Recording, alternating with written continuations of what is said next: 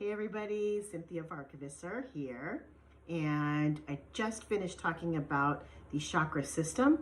Now I'm going to break it down a little bit. I'd like to talk about the first three chakras.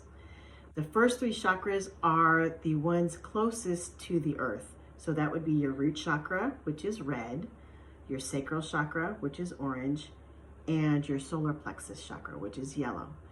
Now, we'll talk about the colors in a moment. What I'd like to talk to you about, because it's so interesting to me, so I hope that you'll find it interesting as well, is where people identify with their chakras, where they're coming from. So the root chakra, like I said before, is about survival. It's about safety and security. So if you know that someone is coming from their root chakra, it's really important to talk about, is their house safe enough? Do they have enough money in the bank? Know that they are bonds over stock. Know that they are about low risk. Know that they are about security systems. It's really important for you to know about these things. Now, we can also reverse engineer it, which is if you know someone who talks about that a lot, that's where they're coming from. They're coming from their root chakra. The root chakra also identifies with the first 7 years of life. I mean, and think about it. That's where we get our most information, and that's how we find out what does make us safe and what does make us feel secure. All right? The second chakra, the Iti chakra, the one that comes from your sacral space, is orange, and it has to do with creativity, femininity. So to me, anything that has to do with any kind of movement, ideas, inspirations, this is from your second chakra.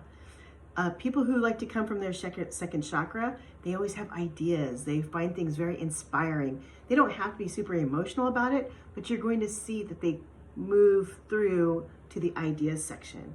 And it's all about receptivity.